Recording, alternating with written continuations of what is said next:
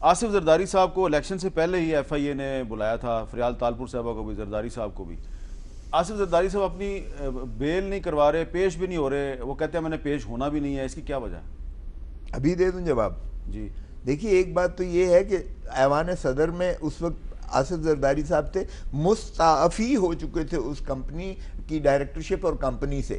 آصف زرداری کے نام کی کمپنی جس سے وہ پہلے ہی ایوان صدر میں جانے سے پہلے مستعفی ہو چکے تھے، سو ان کا اس جو 1.5 کروڑ کا صرف اماؤنٹ جو اس میں گیا ہے اس میں ان کا کوئی تعلق نہیں ہے۔ اس وقت ادی فریال بی بی جو تھیں وہ اس کو ریگولیٹ کر رہی تھیں اور انہوں نے اپنی ایکسپلینیشن بھی دی ہے، بیل بھی کروائی ہے، سو اس لیے ان کے خلاف کوئی ایویڈنس آصف زرداری صاحب بیل بھی نہیں کروا رہے، پیش بھی نہیں ہو رہے؟ نہیں کروائیں گے اور ضرورت بھی نہیں پڑے گی، میں آپ کو بتا دوں، اس لیے کہ صرف آپ بیل نہیں کروائیں گے تو گرفتار نہیں ہوں گے؟ لیکن گرفتاری کوئی ضروری نہیں ہوتی ہے۔ وہ آلریڈی 7 ججز نے فیصلہ جو دیا ہے، سپریم کورٹ کے 7 ججز نے سغرا بی بی کے کیس میں، انہوں نے کہا کہ گرفتاری کوئی ضروری نہیں۔ نواز شریف کی گرفتاری نہیں ہوئی تھی ماڈل ٹاؤن کے کیس میں، شہباز شریف کی ٹھیک ہے گرفتاری۔ جی۔ غلام سرور خان صاحب، تو پھر پنجاب میں سرپرائز کب تک آئے گا؟ میں نام نہیں پوچھتا، لیکن 24 گھنٹے 48 گھنٹے کب تک سرپرائز آ سکتا ہے؟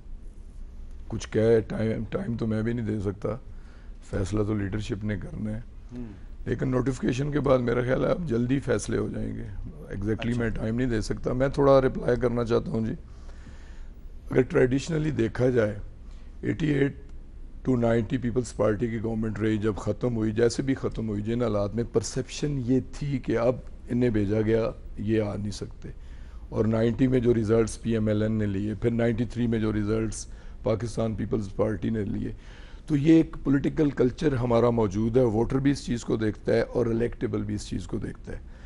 کسی کو نہ برائب کیا جا رہا ہے، نہ کسی کو کوئی لالچ، نہ کسی کے ساتھ کوئی کمٹمنٹ کی جا رہی ہے۔ جتنے لوگ آ رہے ہیں، میں خود ذاتی طور پہ 4-5 ایم پی ایز کو ملا ہوں، ان میں سے 3 ایسے تھے جنہیں پی ٹی آئی کا ٹکٹ نہیں ملا اور وہ الیکٹ ہو گئے انڈیپینڈنٹلی، اور بالکل غیر مشروط طور پہ انہوں نے پی ٹی آئی کو جوائن کیا۔ بہت سارے لوگ، آلموسٹ سارے جتنے بھی آ رہے ہیں، یا یہ فضا دیکھ کے آ رہے ہیں، تو یا بہت سارے لوگ ایسے تھے جو پی ٹی آئی کے ساتھ انکلائنڈ تھے، انہیں ٹکٹ نہیں ملا اور وہ انڈیپینڈنٹلی جیت گئے اور وہ دوبارہ شامل ہو گئے۔